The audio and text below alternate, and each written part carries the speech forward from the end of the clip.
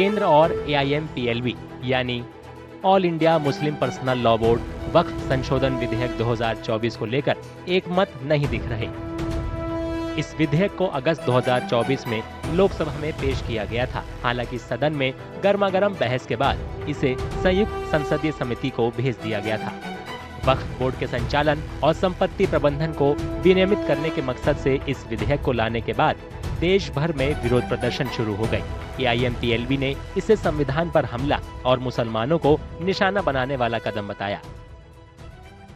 हम लोग का यह मानना है कि ये बिल औकाफ के इंटरेस्ट में नहीं है बल्कि उसके खिलाफ है और वक्फ मुसलमानों का अपना एक मजहबी मामला है, लिहाजा उसमें किसी किस्म का इंटरफेरेंस काबिल कबूल नहीं है। आपने देखा कि तमाम मुसलमानों ने उस पर पूरी तरीके से अमल किया।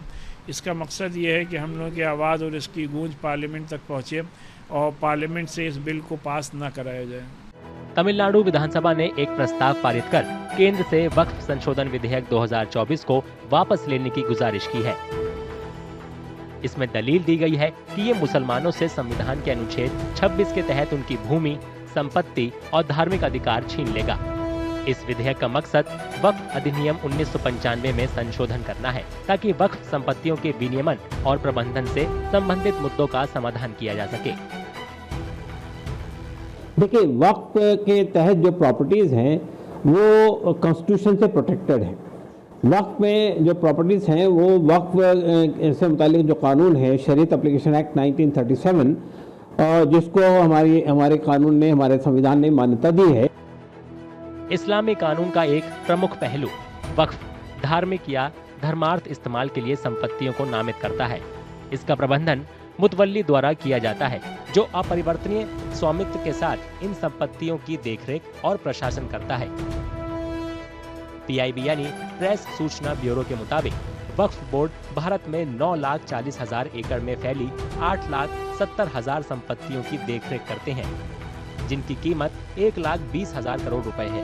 विधेयक में वक्फ अधिनियम की धारा 40 को हटाने का प्रस्ताव है जो बोर्डों को वक्फ संपत्ति की स्थिति निर्धारित करने का अधिकार देता है। हमें तो जिम्मेदारी मिली है ज्वाइंट पार्लियामेंट्री कमेटी ऑन वक्फ की, उसकी रिपोर्ट हम तैयार कर रहे हैं और हम उम्मीद करते हैं कि सभी ज्वाइंट पार्लियामेंट्री कमेटी के जो मेंबर ऑफ पार्लियामेंट्स हैं उनकी सहमति से एक अच्छी रिपोर्ट हम प्रस्तुत करें जिससे कि जो वक्फ का एक पर्पज है, उद्देश्य है, जो वाकिफ़ करता है कि उसका फ़ायदा गरीबों को मिले, आम मुसलमानों को मिले, पसमानदा को मिले, ख़वातीन को मिले, महिलाओं को मिले, तो उस पर उसका फ़ायदा मिले। एक ट्रांसपेरेंट बिल आए जिससे कि जो सरकार की मंशा है कि वक्फ का पर्पज पूरा हो। विधेयक में वक्फ बोर्डों में मुसलमान महिलाओं और गैर मुस्लिम प्रतिनिधित्व और बोहराव और आगा खानियों के लिए एक अलग बोर्ड का प्रस्ताव है। ये विधेयक जिला कलेक्टरों को वक्फ संपत्ति विवादों पर अधिकार देता है और वक्फ बोर्ड की शक्तियों को सीमित करने के लिए 40 संशोधन पेश करता है जिससे देश भर में 8,70,000 से ज्यादा अचल और 16,000 चल संपत्तियों का प्रबंधन करने वाले 32 बोर्ड प्रभावित होंगे। देखिए, जो 1995 का वक्फ एक्ट था उसमें कुल 44 अमेंडमेंट किया जा रहा है, 44 बदलाव किए जा रहे हैं। वोहरा और आगा खानी मुस्लिम्स को भी अब मान्यता दे दी गई है। वक्फ को अनिवार्य रूप से घोषित करना अनिवार्य कर दिया गया है, यानी अगर आप प्रॉपर्टी वक्फ डिक्लेयर कर रहे हैं तो बाकायदा उसको लिखित में स्टैम्प पेपर पर डिक्लेयर करना होगा, गवाहों के सामने होगा। तो वक्फ प्रॉपर्टी कब हुई है, कब वो दान की गई है, किसने दान किया है, कब दान किया है, किसके सामने दान किया है, इसका प्रॉपरली जो है लिखित इसका दस्तावेज बनेगा। महिलाओं को भी अब इस पर पूरा उनको अधिकार मिल गया है। पहले क्या हो रहा था, बाय द वे, किसी महिला को बच्चा नहीं है तो अपनी ज़मीन अपने भतीजे को, भांजे को, बहन के बच्चे को नहीं दे पा रही थी, वो प्रॉपर्टी वक्फ में जा रही थी। अब बिना महिला की सहमति के आप प्रॉपर्टी नहीं ले सकते हैं, उसको वक्फ डिक्लेयर नहीं कर सकते हैं, उसमें महिला की सहमति ज़रूरी है।